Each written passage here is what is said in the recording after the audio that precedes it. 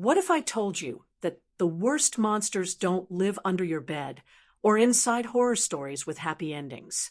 What if I told you that sometimes they sit at the dinner table with you, say grace before the meal, call you my little girl, and you call them grandpa? My name is Evelyn Marie Thompson, born and raised in the small rural town of Ash Hollow, nestled deep in the hills of West Virginia, USA. A quiet place where the seasons change slowly and family secrets are buried deeper than the roots of the oldest oaks. I'm 82 years old today, and after a lifetime of silence, I've decided to finally tell the truth. Most people around here know me only as Miss Evelyn, the sweet old lady who sells homemade peach pies at the farmer's market every Sunday and never misses the 6 a.m. church service. They greet me with smiles, ask for herbal tea recipes, and wonder how I manage to stay so joyful. But no one really knows that behind these white curls, behind these wrinkled hands and quiet voice, lives a 10-year-old girl trapped in a single, endless night, telling this is not easy. It never has been. I've tried many times in my mind, but my voice always failed me. Today, though, something inside says it's time. Not for me. I've already learned to carry this burden, but for all the little girls who, like me, had their childhood ripped away by hands that should have protected them. Leave a comment below and tell me where you're watching from. And if my story moves something in your heart, right, I'm with you, Miss Evelyn. Hit the like button so I know this story matters. And subscribe to this channel because what you're about to hear is not just a story. It's a truth too heavy to remain hidden. I grew up in a pale blue wooden house with hanging baskets of red geraniums and a swing that my daddy built by hand. There were 5 of us, my mother, my father, my 2 younger siblings, and me, until that rainy morning in June 1956, when pneumonia took my mama's life and evil stepped into mine. Because some days in life don't end when the sun sets. Some days stay trapped inside your body forever. And mine, it began the morning Mama couldn't stand on her feet. It was also the first day I was left alone with Grandpa Walter, the man who moved in after Grandma died, the man who praised Jesus on Sunday and whispered to the devil in the dark. That day changed everything. That was the day I stopped being a child. And if you think you've heard dark stories before, I promise you, what I'm about to tell you goes beyond what most souls can bear. If you believe it's time to break the silence, write in the comments, I'm with you, Miss Evelyn. Like this video to show your support for every story still untold. And subscribe because what's coming next isn't just memory. It's survival. It was a Tuesday morning. I remember because Daddy always left for the lumber yard earlier on Tuesdays, and I hated being alone with Grandpa Walter. Something in my gut twisted every time his shadow entered the hallway. I didn't know what that feeling was back then. I just knew it wasn't right. Mama had died only weeks earlier. Her scent still lingered in the corners of the bedroom. Her knitting basket sat untouched, like it was waiting for her to return. We didn't speak about her. No one did. Daddy would sit at the table in silence, his eyes hollow. And Grandpa, well, he started taking more space in the house. He sat in Mama's rocking chair. He gave orders to my little brothers. He called me sweet girl in a voice that didn't belong to family. I was 10. My name was Evelyn Marie Thompson. And that morning, I was the only girl left in the house. I'd gotten up early, brushed my hair like Mama used to, and poured cornmeal into the skillet. Grandpa was already in the living room, pretending to read the newspaper. He watched me from the corner of his eye. I remember how my heart pounded when he stood up and walked toward me. Something cold spread through my chest. Your daddy won't be home till late, he said, setting his coffee cup down. Why don't you come sit with me? I shook my head. I gotta feed the hens. I already did that, he replied. Come now. Don't be rude. And that's when it happened. the moment that burned itself into my bones forever. He took a step forward and closed the kitchen door behind him. Slowly, deliberately, with a click that echoed like thunder in my ears. I stood frozen. My fingers clenched the edge of the counter. He walked closer. My breath caught in my throat. My body screamed to run, but my feet betrayed me. "You're a pretty girl," he said softly, too softly. I think I left my body in that moment. I don't remember everything, just fragments. The smell of coffee on his breath, the sound of the clock ticking on the wall, my own heartbeat slamming against my ribs. His hands. I was no longer a child. Not after that. After he left the kitchen, I curled into a corner behind the stove. I sat there for hours. I didn't cry. I didn't speak. I just rocked back and forth, whispering Mama's name. When Daddy came home that night, I said nothing. I couldn't. Grandpa sat at the table like nothing had happened. He smiled, served dinner, told a joke. And I sat across from him, swallowing my screams along with the cornbread. I didn't sleep that night. I kept staring at the ceiling, waiting for footsteps. But they didn't come. He didn't come. The next day, he acted normal again, as if he hadn't torn something sacred inside me. That was the beginning of silence, of fear, of pretending. I never told Daddy. I didn't even tell my best friend, Millie. I thought it was my fault, that maybe I'd done something to deserve it. Grandpa never threatened me. He didn't need to. The shame did that for him. And so I lived my days like a ghost, smiling at school, cleaning at home, avoiding every closed door. There were more moments like that, more doors closed, more fragments lost, but I won't describe them. Not now, not because they don't matter, but because they hurt too much to line up in sequence. Just know, it didn't happen once. It happened whenever he wanted, until the day I finally found a way to fight back. But that comes later. For now, let me tell you how a little girl learns to disappear in plain sight. If you made it to the end of this part, comment, "No more closed doors." Hit the like button so this truth reaches someone who needs it. And subscribe to the channel, because in the next chapter, I'll tell you how silence became my only friend.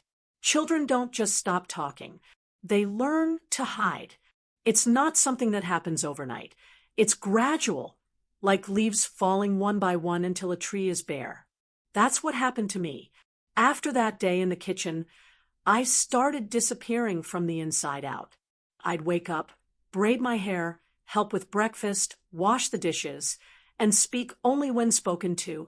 Daddy didn't notice. He was too buried in his own grief. My little brothers, Tommy and Luke, were too young to understand. Grandpa Walter acted like nothing had happened. He whistled gospel songs, read the Bible at the table, and called me his little angel. I hated that word, angel, because angels don't bleed. At school, I stopped raising my hand. I avoided recess. I didn't go to Millie's house anymore. I stayed close to the teacher, Miss Harris, who wore lavender perfume and had a soft voice. Sometimes, when she patted my head, I wanted to tell her, but my mouth wouldn't open. Instead, I wrote. I began scribbling in a notebook I hid under my mattress. Stories, poems, letters to Mama. In those pages, I poured everything I couldn't say. They were my only refuge. One afternoon, I came home and found Grandpa in my room, sitting on my bed. "You should clean under your mattress more often," he said, holding my notebook. I froze. My knees went weak. He opened to a page and read aloud. He hurt me, and I couldn't scream.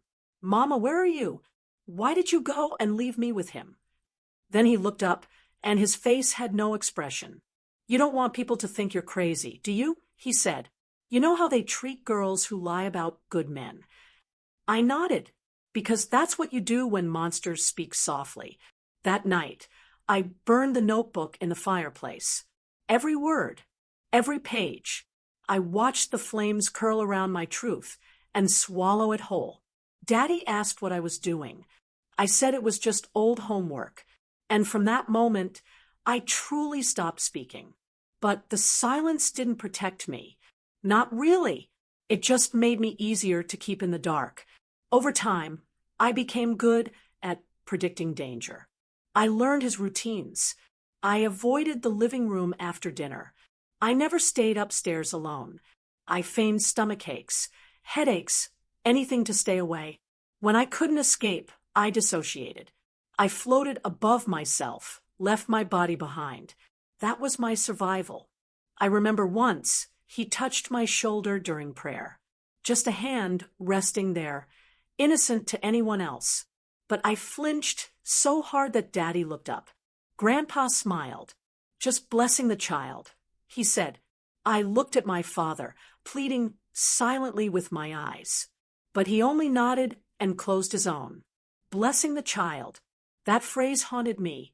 By the time I was 11, I barely recognized myself.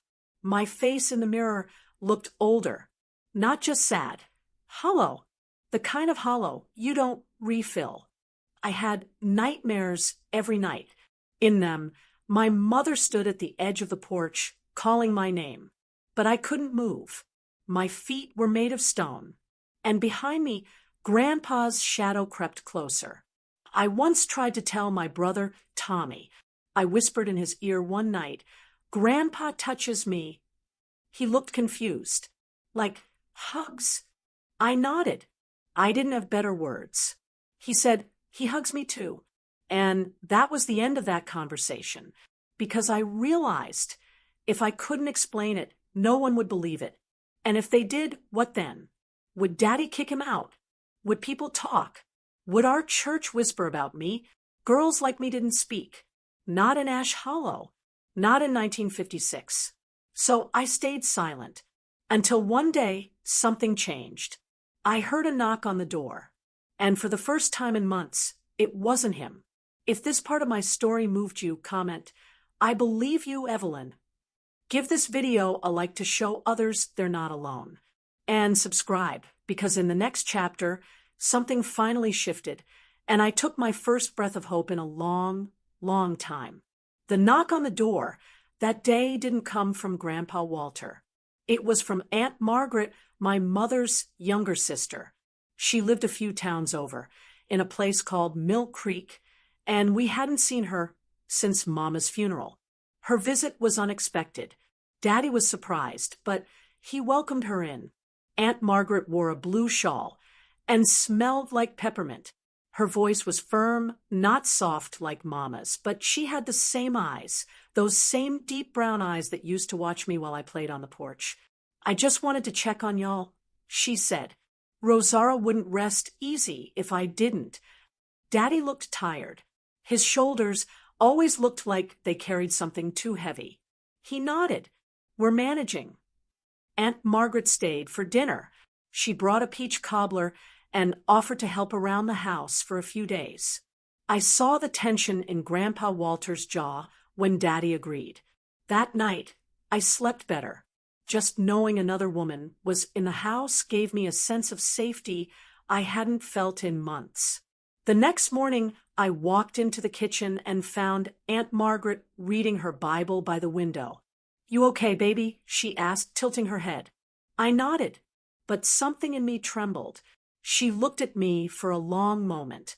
Then she said, I used to hide too, when I was little. I froze. She closed her Bible softly and patted the chair beside her. Come sit. I didn't move. I know that look in your eyes, Evelyn, she whispered. I saw it in my own reflection once. And just like that, the dam inside me cracked. I didn't tell her everything. Not then. But I said enough. Enough for her to understand. Enough for the truth to escape the prison of my ribs. She hugged me, not a side hug, not a pat, a real embrace, warm and steady, the kind that says, you are not alone anymore. That afternoon, She spoke with Daddy in the barn. I don't know what was said, but when he came back inside, he looked at me differently. Not with pity, with pain. He didn't say anything that night, but he stood at my bedroom door until I fell asleep. And the next morning, something happened that changed everything. Grandpa Walter was gone. His suitcase was missing. His boots weren't by the door. And the silence he left behind felt different, less heavy, less dangerous. Daddy didn't explain. He just said, he won't be staying with us anymore. I nodded. My hands trembled, but deep inside, something breathed. Later that day, Aunt Margaret sat beside me on the porch. She handed me a new notebook. Write it down, she said. All of it, even the parts that hurt. I opened the first page and wrote, "My name is Evelyn Marie Thompson. I am not what he did to me." It was the first time I wrote for myself, not out of fear, but out of defiance. And in the weeks that followed, I wrote more. I filled that notebook with poems, letters to Mama, and little stories about girls who found their voice again.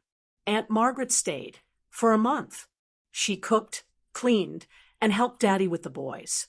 She never asked for thanks. Before she left, she whispered in my ear, "You're stronger than you know, and you're not broken, just healing." That summer, I went back to school. Miss Harris hugged me longer than usual. Millie held my hand during lunch. Life wasn't perfect, but it was life again. Grandpa never returned, and we never spoke of him again. But the shadow he cast took years to fade. If you made it to the end of this chapter, comment, "I believe in healing." Click like so this story can reach someone else who needs hope. And subscribe, because in the next part, I'll share how I found strength in places I never expected, and how the fight for peace had only just begun. Even after Grandpa Walter left our house, he didn't truly leave my mind. The shadows he planted inside me didn't pack a suitcase and vanish. They stayed. They lingered in my breath, my bones, my heartbeat. For years, I carried that silence like a wound that never closed. People in Ash Hollow talked. Of course. Why did Walter leave so suddenly? They asked Daddy at church or in town. He always replied with the same line. He needed to be somewhere else. That was it. No one pried further. In small towns, you don't ask too many questions, especially when the answers might stain a family's name. At school, I kept to myself. I still wrote in my new notebook, but I never spoke of what had happened. Aunt Margaret had told me I didn't owe my story to anyone. "You share it when you're ready," she said. Not before. But I wasn't ready, not even close. There were moments when the silence screamed louder than words, like when a substitute teacher, a man with a deep voice, called me sweetheart. I flinched so hard I dropped my pencil, or when the preacher's sermon mentioned forgiveness, and I felt my stomach twist. Was I supposed to forgive Walter? Was that what God wanted? I didn't know how to answer that. One afternoon, I overheard Daddy crying in the barn. I hadn't seen him cry since Mama died. I sat behind the haystack, silent, listening. He whispered, "I should have seen it. I should have protected her." Something in me cracked, because I realized then it wasn't just my silence. Daddy carried his own, his guilt, his failure, his heartbreak, and for the first time, I didn't feel so alone. Still, the fear remained. I feared Walter's return, even if no one else did. I feared growing up. I feared that someday someone else would touch me the way he did, that I would never be able to love or be loved without shame. When I turned 14, I started having dreams. Not nightmares, dreams of standing on a stage, reading my poetry aloud. In them, people clapped. They listened. They cried. And when I woke, I felt hope flicker, just a little. That same year, my teacher, Miss Harris, gave me a book of poems by Emily Dickinson. "You have a gift," she said. "Don't let it go quiet." I wanted to believe her. So I started reading at night. I read every book I could find at the school library. Stories of girls who suffered and survived. Characters who spoke the things I couldn't say. I underlined their pain and copied their words into my journal. I started to see myself in them, not just as a victim, but as a survivor. But the road to healing isn't straight. There were still days when I couldn't get out of bed, when certain smells, coffee, tobacco, leather pulled me back into places I wanted to forget, when I heard footsteps in a hallway and froze, even if they belonged to Daddy. I began avoiding hugs altogether, even the kind ones. I couldn't explain why, and I hated that about myself. Millie once asked me, "Why do you always look so sad, even when you smile?" I didn't have an answer. Because how do you explain to someone that your heart feels like a locked box and you lost the key years ago? Then, something happened that I never expected. At 15, I was asked to read a poem at the county fair. It wasn't about Walter. It wasn't about trauma. It was about birds, simple, free, unbroken. I stood on the wooden stage, clutching the microphone, my hands shaking. The crowd was small, just locals. But when I finished, they clapped. And in that moment, I felt seen. Really seen. Not as the girl whose mother died. Not as the girl who barely spoke. But as a girl with something to say. That night, I wrote a new poem. I am not what he did. I am the breath that came after. The voice that rose from silence. The girl who still dreams of flying. That was the first time I cried without shame. Not because I was broken, but because I had survived. If you felt this part in your heart, comment, "I'm more than my silence." Leave a like to help this story reach someone still waiting to find their voice. And subscribe, because in the next part, I'll share the moment I feared love and how it found me anyway. I never expected love, not for someone like me. Not after what had been taken. I used to think I was damaged beyond repair, that the parts of me meant to feel, trust, and be touched had been rusted shut. But love, I would later learn, doesn't ask for permission. It doesn't knock gently.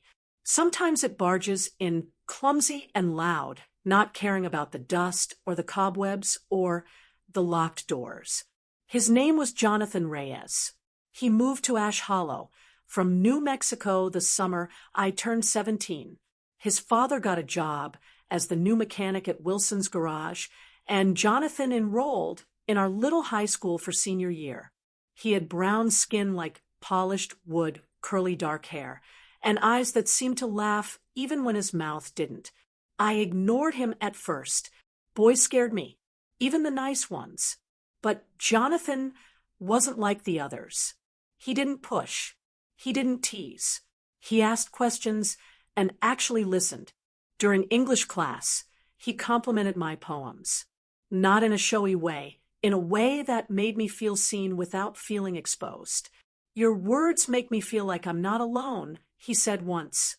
I remember staring at him, stunned, because no one had ever told me that before. Not even Aunt Margaret. We started spending lunch together under the oak tree behind the gym. I never told him about Walter, but I think he sensed it the way I flinched when someone walked behind me, how I pulled away when he stood too close. He never took it personally. He just kept showing up. One day, he reached into his backpack and handed me a book, The Bell Jar by Sylvia Plath. "Someone gave this to my sister when she was going through stuff," he said. "Thought you might like it." I read it in 3 days, and for the first time, I saw parts of myself on the page that I hadn't dared name. After that, I started to hope. Hope that maybe, just maybe, I wasn't beyond loving. But trauma doesn't let go easily. One autumn evening, we sat on the porch of our farmhouse, the sun setting behind the wheat fields. He reached out and gently touched my hand. I froze. He noticed. "I'm sorry," he whispered, pulling back. I wanted to scream, "No, don't be," but my body betrayed me again. My heart raced. My palms sweat. I felt like I was 11 again, back in that kitchen. I ran inside. I locked myself in the bathroom and cried for what felt like hours. When I came out, Jonathan was gone. But on the porch swing lay a note in his handwriting. You don't have to be ready now. I just want you to know I'll be here, whenever you are. I stared at that note for days. And then I did something terrifying. I told him, not everything, but enough, about how someone hurt me, about how I carried fear in my skin, about how my body sometimes reacted before my heart had a chance. He didn't flinch. He didn't pity me. He said, "Thank you for trusting me." That's when I realized love isn't a cure. It's not a magic potion that makes the scars disappear. But it can be a light, a hand, a steady presence. Jonathan became that for me. We didn't rush. He waited months before trying to hold my hand again. He never made me feel guilty for pulling away. And slowly, inch by inch, breath by breath, I started to believe I could be touched without breaking. On our graduation day, he kissed my cheek. Just once.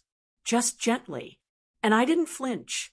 That night, I wrote in my journal, "Today, I let someone love me, and I didn't run." It wasn't the end of my healing, but it was the beginning of something new. If you felt a part of yourself in this chapter, comment, "I'm learning to let love in." Leave a like to help others know they're not alone. And subscribe, because next, I'll tell you how even joy can feel foreign after years of surviving, and how I almost lost myself again trying to feel normal. No one tells you that joy can be terrifying. After so many years of holding your breath, of flinching at shadows, of building a life around silence and survival, feeling joy feels wrong. Like wearing someone else's clothes. Like stepping into sunlight with skin too used to darkness. That's what happened after high school. Jonathan and I started dating more openly. I enrolled at Magnolia State College, a small campus about 2 hours from Ash Hollow. He stayed in town to help his dad, planning to join me later. Those first months away from home felt like rebirth. I walked through the dorms, and no one knew my story. No one looked at me with pity or whispered behind my back. I could be anyone I wanted to be. And that terrified me, because who was I without my pain? I joined a poetry club. I shared my writing at small, open mic nights. My voice trembled every time I stood on stage, but people clapped. They snapped their fingers. Some even cried. It was beautiful. And still, I felt like a fraud. I hadn't told anyone about Walter, not even my roommate, Jasmine, who braided my hair and shared her deepest secrets after midnight. I laughed with her, cried during movies, and studied until dawn, but always with walls around me. Jonathan visited every weekend. We'd sit by the river, read books, talk about the future. He wanted to open a bookshop. I wanted to write a memoir. We dreamed out loud, but part of me couldn't join in fully, because I was still stuck in the past. One night, after a reading, a professor approached me. "Have you ever considered publishing these?" she asked, holding my poems like they were something precious. I smiled. I nodded. And then I went back to my dorm and sobbed. Because I didn't feel worthy. Because I still heard his voice, Walter's voice, telling me I was nothing but a vessel for his needs. I still felt his breath at the back of my neck in nightmares. I still saw his boots at the door when I closed my eyes. Joy didn't erase the memories. It just made them quieter until something triggered them again. And triggers came often. A certain cologne on a passing stranger. A sudden bang from a slammed locker. A boy yelling at his girlfriend in the quad. Each one sent me spiraling. Jasmine once found me curled up in our closet, rocking back and forth, unable to breathe. She didn't ask questions. She just held me. Eventually, I told her, Not all the details, just the truth. She cried. Not for me. With me. And then she said something I never forgot. You deserve joy, Evelyn. Not despite what happened, but because of it, because you're still here. That night, something shifted. I began to write differently, not just about pain, but about healing. Not just about silence, but about voice. I submitted one of my poems, a piece titled The Girl Who Survived the Storm, to a national contest. A month later, I got a letter. I had won. I stared at the envelope for a long time, then handed it to Jonathan when he visited that weekend. He read it, smiled, then looked at me with tears in his eyes. You see, he said, I told you. The world needs your story. I wanted to believe that. I really did.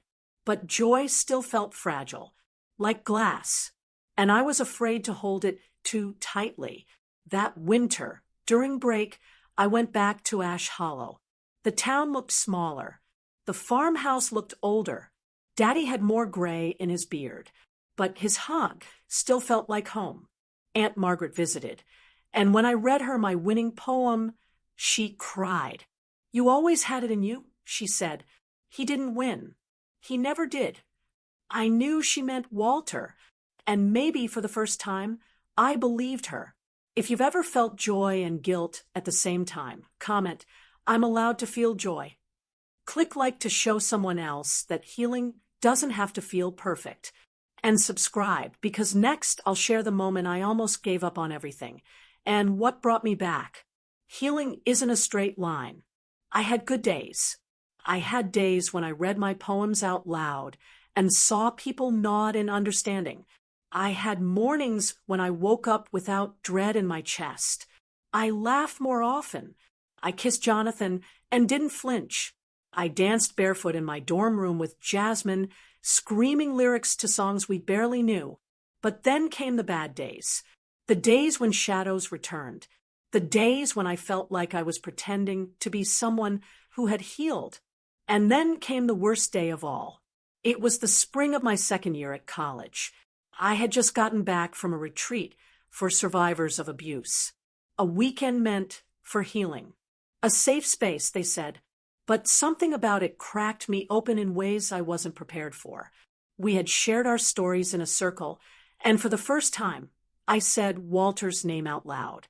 When I came back to campus, I felt raw, exposed. Everything around me seemed too loud, too bright, too fast. Jonathan noticed. You okay? He asked. I lied. I'm fine. That night, I couldn't sleep.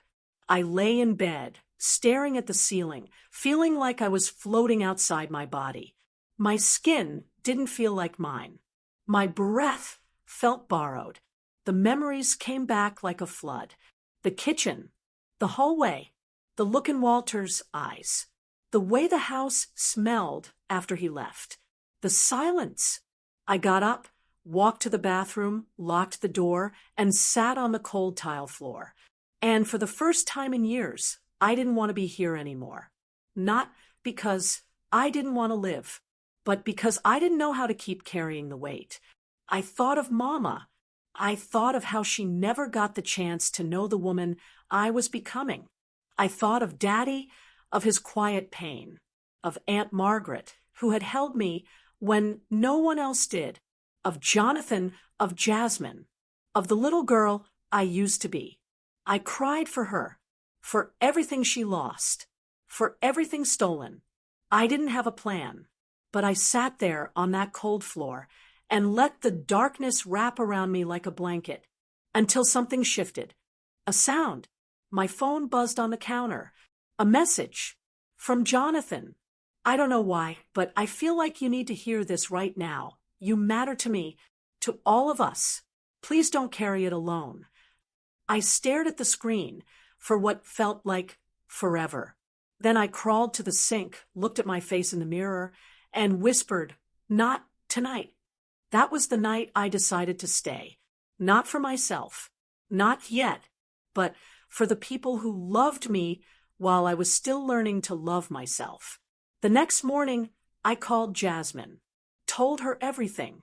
She came to my room with a blanket and hot tea and didn't say a word for hours. She just sat. Later, I called Aunt Margaret. She prayed with me. She told me it was okay to feel lost sometimes, that it didn't make me weak, that even Jesus cried alone in the garden. That week, I signed up for therapy on campus. Real therapy, not just journaling or support groups. I sat in front of a stranger and told her everything. And for the first time, someone looked at me and said, "What happened to you is not your fault." I cried for hours because deep down, part of me had still believed I was to blame. That's what abuse does. It doesn't just hurt your body. It warps your sense of worth. It teaches you to hate the reflection in the mirror. But slowly, in that little office with cream walls and soft music, I began to rebuild. I began to forgive myself. Not him, never him, but me, for surviving the only way I knew how, for carrying silence like armor, for learning too late how to scream. And in that forgiveness, I found the first thread of peace. If this chapter touched something inside you, comment, "I choose to stay." Click like to help others know that choosing to stay is an act of courage. It was the summer I turned 21 when I stopped apologizing for existing. I didn't plan it. I didn't rehearse it. But the moment came, and I met it. Magnolia State College hosted an annual event called Voices Unbound, an open stage for spoken word, poetry, storytelling. Students, faculty, even town residents gathered under string lights and stars. That year, the theme was truth. My therapist, Rachel, encouraged me to participate. "You've come so far, Evelyn," she said. "Your story deserves to be heard." I shook my head. "Not like that," I whispered. But the idea stayed with me. I couldn't shake it. I began scribbling verses between classes. Sentences haunted me in the shower. Phrases came to me while walking across campus. One line kept repeating in my mind: I was not born to carry someone else's shame. And so I wrote the piece. Every night for a week, I sat by my dorm window, pen trembling in hand, pouring the pieces of my past onto paper. I didn't name Walter, but I named what he did. I described the silence, the fear, the way my skin didn't feel like mine for years. I described the night in the bathroom, the moment I chose to stay, the woman I was becoming. I didn't show it to anyone, not even Jonathan. I just waited. And when the night of Voices Unbound arrived, I almost didn't go. I sat backstage, knees bouncing, heart racing. I watched other performers take the mic. Stories of heartbreak, immigration, joy, grief. Each one cracked something open inside me. Then they called my name. I don't remember walking to the microphone, but I remember the silence. The kind of silence that doesn't judge, that invites, that holds you like a friend. I unfolded the paper. My hands shook, but my voice didn't. And for the next 7 minutes, I told my story. Not just the abuse, but the aftermath, the healing, the cost of silence, the power of voice. The crowd didn't interrupt. No gasps, no whispers, just stillness. When I finished, I looked up and everyone was on their feet. I couldn't breathe. Tears filled my eyes. Jasmine rushed backstage and hugged me so tightly I thought I'd break. Jonathan kissed my forehead. Rachel wept openly. That night, I realized something. My story wasn't just mine. It belonged to every girl who never told, to every boy who was told to man up, to every survivor who thought silence was their only option. After that, things changed. Not dramatically, not all at once, but I started walking taller. I started saying no without guilt. I ended conversations that made me feel small. I forgave myself for surviving the only way I knew how. I stopped shrinking in rooms to make others comfortable. I stopped apologizing for tears, for anger, for joy. I stopped apologizing for existing. And that shift, that sacred internal rebellion, it became the foundation for everything that followed. I published my first book the following year, a collection of poems titled The Skin I Live In. I toured small colleges, hosted workshops, sat in circles with survivors who looked at me the way I once looked at Aunt Margaret, like I held a key, but I always told them the truth. I'm not a healer. I'm a mirror. I survived. So can you. I never wanted to be anyone's savior. I just wanted to be proof that survival is possible, that speaking the truth won't kill you, that it might just save you. If you've ever felt like your voice was too small, comment, "My story matters." Click like, so this truth reaches someone still in the shadows. And subscribe, because in the final chapter, I'll share how I finally looked in the mirror and loved the woman staring back. The first time I truly loved the woman in the mirror, I didn't recognize her. It was a Monday morning, ordinary in every way. I had just brushed my teeth, hair in a messy bun, wearing a faded sweatshirt with coffee stains. No makeup, no fancy lighting, just me and the bathroom mirror. And yet, something felt different. I stood still, looked deeper. For decades, that mirror had been a battlefield, a place of shame, a canvas where I saw failure, filth, fear. I used to avoid eye contact with my reflection. I used to whisper apologies to the girl who stared back at me, as if it was her fault. But that day, I didn't look away. I saw the lines under my eyes and smiled. Each one held a story I had survived.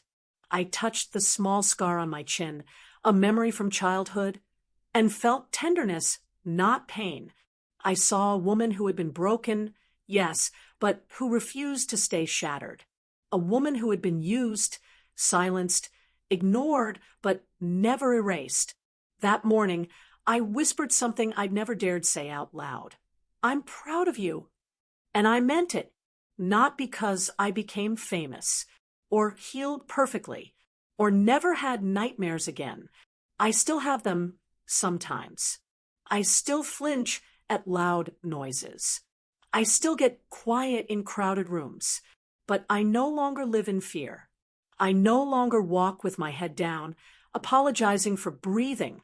I no longer carry his name like a secret curse. Instead, I carry my own name, Evelyn Grace Moore, with pride. I tell my story now not to bleed, but to build, not to shame, but to shine light, because silence breeds monsters, and truth breaks chains. My book went into a second edition last year. I received letters from women in prison, teenagers in group homes, grandmothers who carried secrets for 70 years. They called me brave, but I'm not brave. I'm simply someone who got tired of being afraid. Someone who decided that if I was going to live, really live, then I had to do it as my full self. Jonathan and I married in a small ceremony by the lake. Jasmine stood beside me in a lilac dress, tears in her eyes. Aunt Margaret gave me her mother's wedding ring. Daddy walked me down the aisle. We danced under the stars, barefoot in the grass, laughter echoing through the trees. And later that night, as we sat by the fire, Jonathan held my hand and said, "You're not the girl I met under the oak tree." I smiled.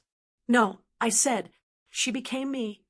I now speak at events across the country, not just about trauma, but about reclamation, about rebuilding. I tell people that healing isn't a finish line.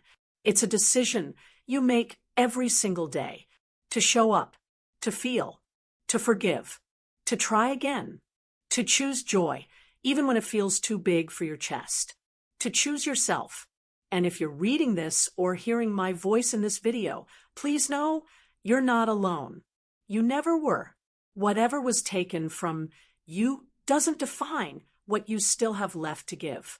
Whatever silence was forced on you can still be broken. And you, yes, you, are worthy of healing. You are allowed to take up space, to speak, to shout if you need, to whisper when it hurts, to dance, even with trembling legs, to stand tall, even if you're shaking inside. Because freedom isn't a gift given to the brave. It's a birthright. And you, dear soul, were born to be free. If this journey touched your heart, comment, "I walk this path with you." Leave a like so more voices rise from silence. And subscribe, not just for my story, but for the ones waiting to be told, the stories of women like me. And maybe, like you, thank you for listening. Now go, look in the mirror, and say, "I deserve to live without fear."